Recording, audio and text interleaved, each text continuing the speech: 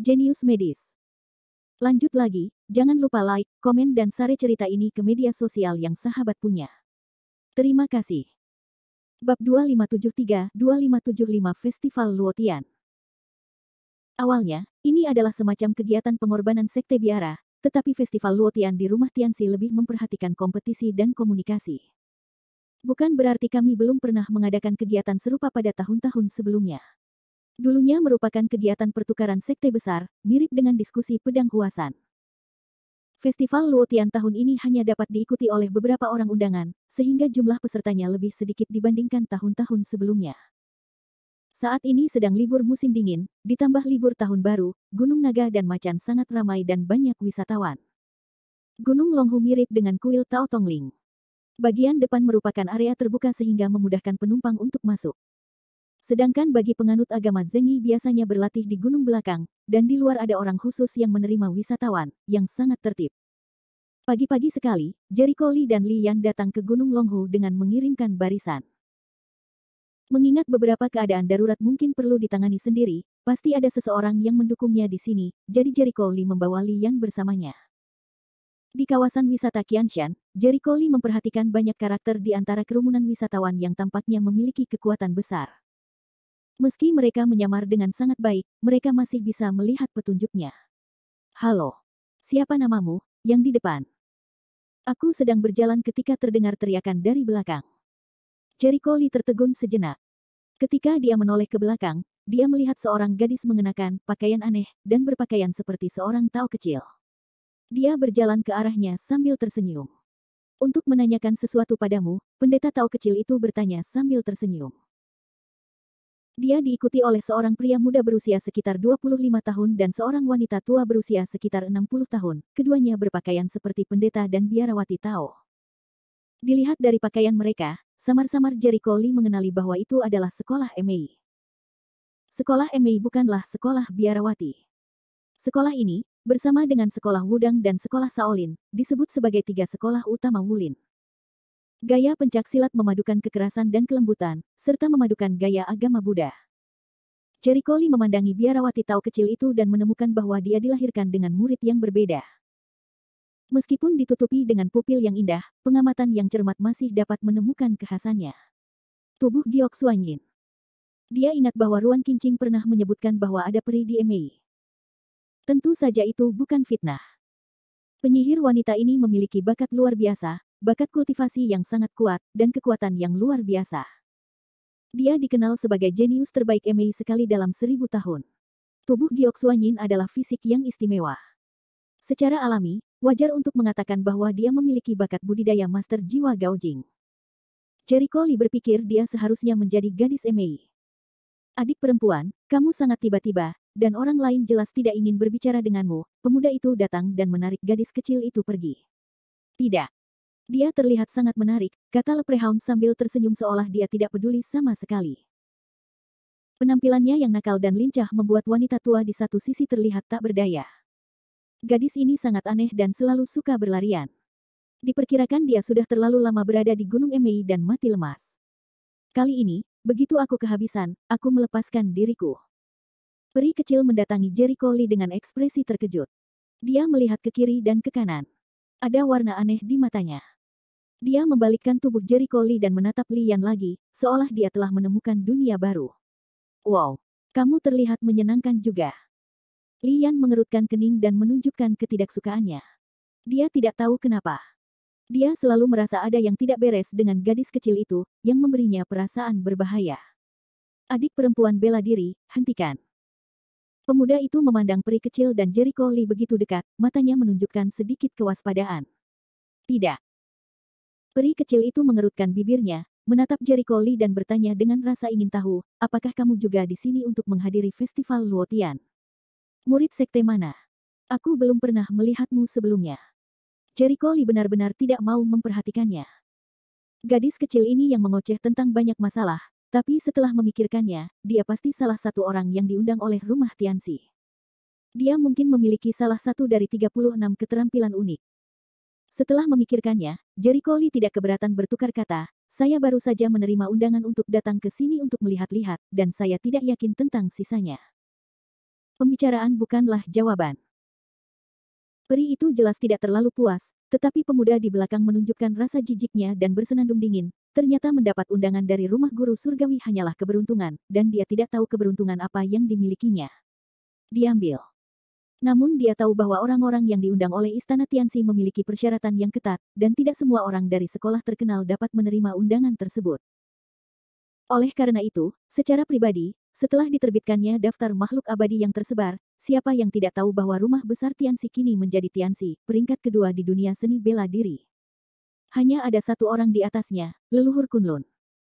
Kebanyakan orang tidak menganggap salah jika nenek moyang Sekte Kunlun menduduki peringkat pertama.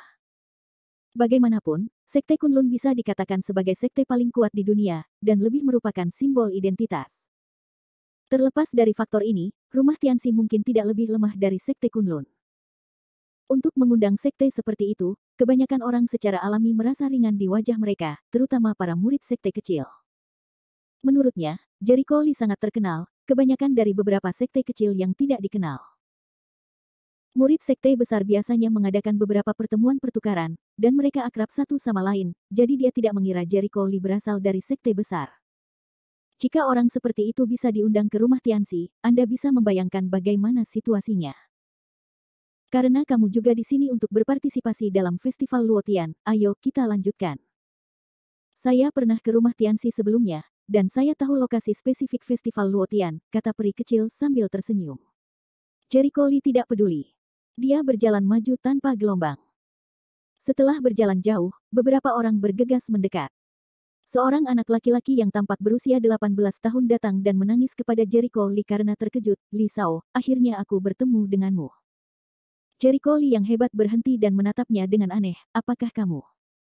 Namaku Sukian, kata anak laki-laki itu sambil tersenyum. Mendengar nama itu, Jericho Lee tiba-tiba mengetahui siapa orang itu. Awalnya, dia dan Ye Ziyun membeli teratai suci gunung berapi dari seorang lelaki tua bernama Sulao. Ye Ziyun memberikan relik Sulao kepada cucunya, yang ikut serta dalam pemeriksaan Sekte Huoyun. Dia menunjukkan bakat kultivasi yang luar biasa dan bahkan ditemukan memiliki segel warisan darah. Namun, tanpa menyadarinya, orang-orang Huoyun Zong menghancurkan segel tersebut. Kemudian, Ye Ziyun menemukan Jericho Lee dan menyempurnakan pil untuk memecahkan penghalang, yang merupakan satu-satunya cara untuk melarutkan segel dengan sempurna. Ye Ziyun juga mengandalkan penghargaan ini, berhasil kembali ke keluarga Ye. Orang yang mereka bantu adalah anak laki-laki di depan mereka, Sukian. Bab 2574.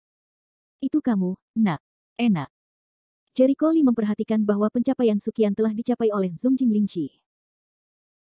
Dia ingat hampir 2 tahun yang lalu, Ye Ziyun memberitahunya bahwa ketika Sukian Cai baru saja lulus ujian perekrutan Sekte Huoyun, prestasinya baru saja selesai, dan sekarang dia berada di ranah guru spiritual. Roket ini. Itu berlebihan. Tutut, Zongjing Lingxi yang berusia 18 tahun. Pada awalnya, Gai Zhouyu menjadi guru surga sebelum dia berusia 25 tahun, yang mengejutkan dunia. Namun, fakta kemudian membuktikan bahwa Gai Zhouyu hebat di dunia sekuler dan memiliki bakat luar biasa, namun ia hanya rata-rata di dunia seni bela diri. Bukan karena dia luar biasa, tapi si jenius sejati diam. Selalu ada orang yang acuh tak acuh terhadap ketenaran dan kekayaan serta tidak suka mengejar nama palsu itu.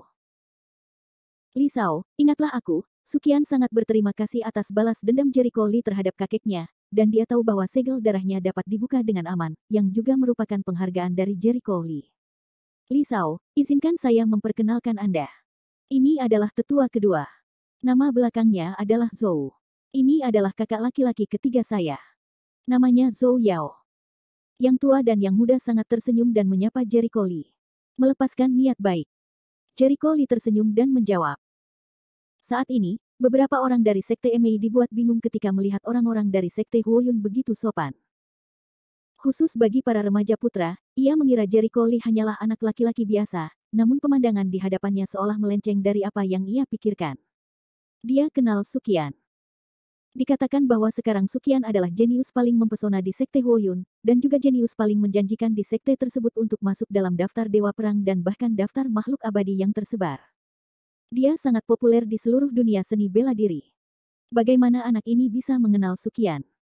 Menurutnya, ini adalah hal yang paling luar biasa baginya. Gadis kecil di sampingnya menunjukkan sedikit kelicikan di matanya. Dia hanya mendadak saja. Dia merasa Jericho Lee sedang berjalan di depannya. Dia hanya sedikit penasaran. Namun kini, tampaknya pria yang ditemuinya tidaklah sederhana. Tentu saja, dia tidak membuat keributan. Saat ini, banyak orang muda dan tampan diundang ke Luotian Dajiao. Belum lagi semuanya, setidaknya sepertiganya adalah talenta dari sekolah berbeda. Jadi normal untuk memainkan lebih banyak peran. Li Sao, apakah kamu di sini hari ini untuk menghadiri festival Luotian? Sukian agak aneh. Masuk akal untuk mengatakan bahwa dengan kekuatan Jericho Lee, tidak perlu mengambil bagian dalam kegiatan seperti itu. Begitu dia mengambil bagian di dalamnya, apa yang terjadi dengan orang lain? Saya kira demikian. Jericho Lee mengetahui kekuatannya saat ini. Kalau dia ikut kompetisi, agak kurang pantas. Dia di sini karena 36 keterampilan uniknya. Sukian menunjukkan senyuman tebal, hari ini, ayo pergi bersama. Dia berlari ke depan dengan penuh semangat, dan kemudian melihat Li Yan, tiba-tiba terkejut. Ini adalah, Jericho Lee tersenyum tetapi tidak berbicara. Li Yan memamerkan giginya, memperlihatkan ekspresi galak, ingin dipukuli. Su Qianleng, dia merasa meski kekuatannya jauh lebih buruk dari Jericho Lee, tidak banyak orang yang lebih baik darinya. Bagaimana orang ini bisa memiliki suara yang begitu besar? Baiklah, jangan terlalu menonjolkan diri, Jericho Lee menggelengkan kepalanya dan tertawa. Tuan yang baik. Li Yan dengan cerdik menundukkan kepalanya. Reaksi ini membuat semua orang di sekitar menunjukkan ekspresi terkejut. Menguasai. Su Qian mengedipkan matanya dan tiba-tiba teringat sesuatu. Sepertinya Jericho Lee memiliki hewan peliharaan iblis. Dikatakan bahwa dia menunjukkan kekuatannya yang kuat di Majelis Nasional Penyuling Senjata dan membunuh Li Fengzheng. Dia tiba-tiba menggigil, tertawa dan melangkah mundur. Penatua Zhou dan Zhou Yao saling memandang, dan mereka mendapat informasi yang baik. Tentu saja, mereka dengan cepat mengasosiasikan dengan identitas asli Li Yan. Bagaimanapun, mereka banyak berhubungan dengan keluarga Ye, dan Jericho Lee serta keluarga Ye sangat dekat. Sepertinya itu adalah monster yang telah ditransformasikan. Tetua Zhou memperhatikan kekuatan Li Yan dan mencapai tingkat master jiwa. Sedangkan bagi masyarakat Mei, beritanya relatif ketinggalan zaman. Kamu memanggilnya Tuan. Apakah kamu pelayannya? Peri kecil itu datang dan berkicau. Li Yan langsung mengabaikannya, dia membenci wanita ini. Apa identitas anak laki-laki ini? Pria muda dan wanita tua itu saling memandang. Dan melihat keraguan di mata satu sama lain. Kemudian, mereka datang ke kawasan wisata Qianshan dan melihat beberapa bangunan kuno. Ini adalah halaman depan Sekte Zengyi. Ada beberapa orang seperti Tao yang bertanggung jawab atas resepsi. Pengunjung hari ini tidak hanya turis biasa, tetapi juga orang-orang yang datang untuk berpartisipasi dalam festival Luotian. Oleh karena itu, halaman depan juga merupakan lautan manusia. Tidak hanya para tetua tetapi juga para murid Istana Tianxi yang bertanggung jawab atas resepsi. Semua orang sangat sibuk. Murid kecil, di manakah tetua yang bertanggung jawab atas penerimaan di keluargamu? Tuan Zhou maju ke depan dan bertanya kepada seorang murid sambil tersenyum. Muridnya belum tua. Dia sangat sibuk di musim dingin. Ketika dia mendengar pertanyaan tetua itu, dia menarik napas beberapa kali dan kemudian menjawab, Penatua Taihua, mereka menerima orang di belakang. Oh, apakah ada tamu terhormat di sini? Penatua Zhou mengetahui bahwa Penatua Taihua adalah penatua yang bertanggung jawab atas urusan luar di rumah Tianxi. Dia menempati peringkat kelima di antara para tetua di seluruh rumah Tianxi. Kualifikasinya memang bukan yang tertua, tapi statusnya sangat tinggi. Tentu tidak mudah bagi sesepuh Taihua untuk menerima orang secara khusus. Magang kecil itu, yang jelas-jelas asing, menggelengkan kepalanya. Aku juga tidak mengenalnya. Kamu murid magang, kamu menerima orang di luar sepanjang hari, tetapi kamu belum mengenal siapapun, Zhou yang lebih tua memelototinya. Pergi dan panggil Taihua tua secepatnya. Dilihat dari nada suaranya, dia dan Penatua Taihua memiliki persahabatan pribadi yang tidak biasa, setidaknya mereka akrab satu sama lain, jika tidak, mereka tidak akan berbicara dengan nada seperti ini. Oh bagus. Magang kecil itu berlari ke gerbang depan dengan tergesa-gesa dan berlari ke ruang tamu tempat dia menerima orang. Setelah beberapa saat, ledakan tawa datang, dari jarak jauh, aku mendengar kamu, orang tua, menyakitiku di belakangku. Bukannya aku datang jauh-jauh untuk menemuimu dengan seorang murid magang yang tidak mengenal siapapun. Seperti apa rasanya? Bukan karena Tuan Zhou peduli dengan penerimaan murid-muridnya. Sebagai salah satu sekolah terpenting di dunia seni bela diri, Rumah Tianxi mengadakan kegiatan penting seperti Festival Luotian hari ini. Jika sambutannya tidak cukup baik, orang luar harus mengkritik Rumah Tianxi karena tidak mengetahui etiket. Mereka terhormat, dan mereka memperhatikan etika dan pujian publik. Murid kecil itu baru saja diterima oleh Penatua ke-8. Meskipun dia tidak terlalu pintar, dia memiliki bakat yang bagus. Ke-8 takut dia terlalu naif. Biarkan dia berolahraga. Penatua Taihua tidak peduli dengan minggu penerimaan. Rumah Tianxi punya telah menjalankan bisnis selama bertahun-tahun, dan masalah sekecil itu tidak mungkin merusak reputasinya. Oh, pendatang baru, saya akan mengatakannya. Penatua Zhou tiba-tiba menyadari, siapa yang baru saja Anda terima di belakang. Untuk waktu yang lama. Bab 2575. Penatua Xiaohu dari Maoshan, jawab Penatua Taihua. Mendengar pidato itu, tetua minggu itu terkejut, Xiao Chun tiba-tiba juga datang. Dia sedikit aktif akhir-akhir ini. Saya telah mengawasinya selama beberapa tahun. Stimulasi macam apa yang dia dapatkan? Atau apakah Anda ingin langsung berhenti makan akar rumput? Itu bukan karena. Saat Penatua Taihua ingin menjawab, dia mendengar suara tak berdaya datang dari belakang. Kamu tidak pilih-pilih. Kamu tidak pilih-pilih jika kamu tidak menyakitiku di belakangku. Xiao Chun tertawa dan memarahi, datang ke depan kerumunan. Begitu dia bergegas keluar, dia baru saja akan menyusulnya. Ketika teman lamanya melihat Jericho Lee di sampingnya, dia sangat terkejut sehingga dia berlari ke depan dengan tergesa-gesa dan berkata dengan penuh semangat, Li Shao, kamu di sini juga. Senang bertemu denganmu. Murid di belakangnya berlari dengan panik dan sangat bersemangat, saya telah melihat Li Shao. Pemandangan seperti itu langsung mengejutkan beberapa orang sekte MI di belakang. Meskipun ketiganya merasa bahwa latar belakang Jericho Lee mungkin tidak sederhana, mereka tidak menyangka bahwa orang-orang ini akan terlalu mementingkan dirinya. Anda tahu, Xiao Chun memiliki kedudukan yang sangat tinggi di Maoshan. Dia tidak hanya mahir dalam pesona, tetapi juga dalam alkimia. Sebagian besar pil bermutu tinggi Maoshan dibuat olehnya. Apakah mengherankan jika patung seperti itu begitu mementingkan seorang pemuda? Penatua Taihua juga maju ke depan sambil tersenyum, Li Shao datang sangat awal. Sudah larut malam. Banyak sekali orang yang datang, Jericho Lee menggelengkan kepalanya. Nada celaan dua orang membuat beberapa orang di sekolah MI terdiam. Rumput. Kenapa semua orang mengenalmu? Saat ini, beberapa orang lagi datang dari halaman belakang. Ah, Li Shao, apakah kamu di sini? Sebuah suara terkejut datang, dan Zhong Xiu berlari mendekat dengan ekspresi gembira. Di belakangnya, Ruan Qingqing dan Zhong Ling mengikuti. Jericho Lee sedikit terkejut, mengapa kamu ada di sini? Tentu saja, saya menerima undangannya, kata Zhong Xiu sambil tersenyum. Dia bergegas maju dengan ekspresi pintar dan pemalu. Dia diam-diam melirik ke arah Ruan Qingqing, dan kemudian dia melihat bahwa yang terakhir mengalihkan pandangannya. Jericho Lee memandang Penatua Taihua dengan curiga. Yang terakhir menganggukkan kepalanya.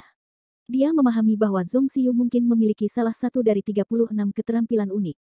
Tentu saja itu hanya mungkin, belum tentu benar. Sebagian besar dari 36 keahlian unik Dong Xiang sangat jelas. Lama tidak bertemu, kata Ruan Qingqing sambil tersenyum. Yah, aku sudah lama tidak bertemu denganmu, kenang Jericho Lee. Terakhir kali saya melihat Ruan Qingqing, saya seharusnya menghadiri konferensi seni bela diri. Sekarang, beberapa orang dari sekte MI menjadi bodoh lagi, terutama para pemuda. Ada semacam kecemburuan di mata mereka. Dia mengenal kedua wanita ini. Di dunia seni bela diri, keluarga Zhong mungkin tidak terlalu terkenal, dan keluarga Silao tidak kuat di dunia seni bela diri, namun dua wanita kebanggaan keluarga Zhong itu terkenal. Salah satunya adalah Zhong Xiu yang dikenal sebagai Dewi keluarga Zhong. Yang lainnya adalah Ruan Qingqing. Keduanya memiliki bakat kultivasi yang sangat kuat, berpenampilan cantik, dan temperamen yang luar biasa. Ada banyak pengejar. Saya tidak tahu berapa banyak kelompok besar pria yang mengaku berbakat yang melancarkan serangan terhadap kedua wanita ini. Namun kedua wanita ini memiliki penglihatan yang sangat tinggi, dan orang awam sama sekali tidak menyukai mereka. Sebagai murid sekte MI, Xian Sheng berpikir bahwa dia tidak berbakat seperti kakak laki-lakinya, tapi dia juga luar biasa. Dia harus memenuhi syarat untuk mengejar gadis cantik seperti Ruan Qingqing dan Zhong Xiu.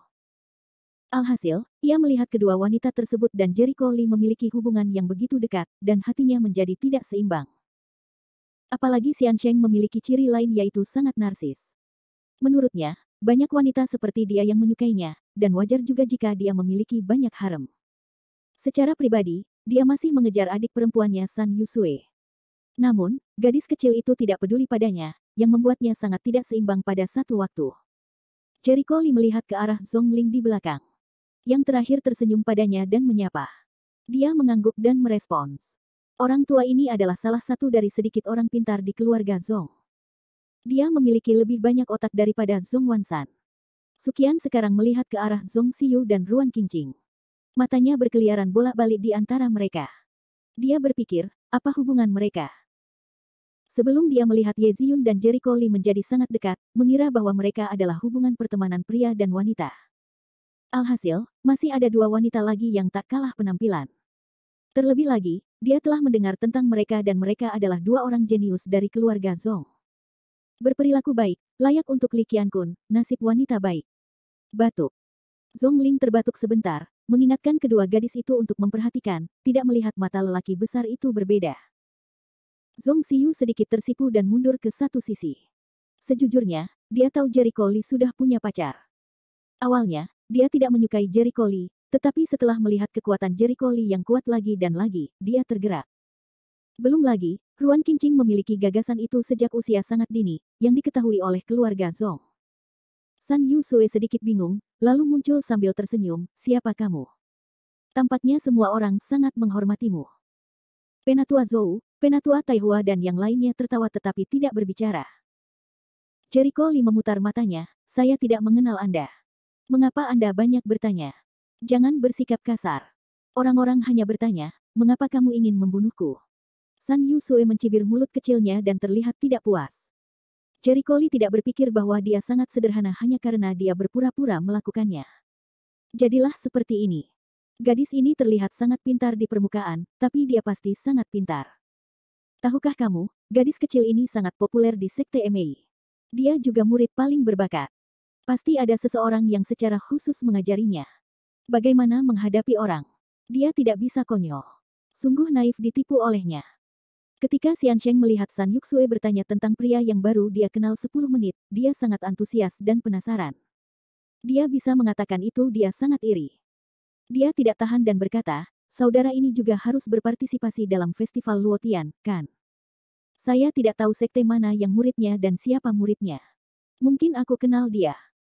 Jelas cemburu sampai mati, tetapi karena begitu banyak orang di dalamnya, dia tidak pandai menunjukkan permusuhan yang jelas, jadi berbicara adalah mengendalikan emosi sebanyak mungkin.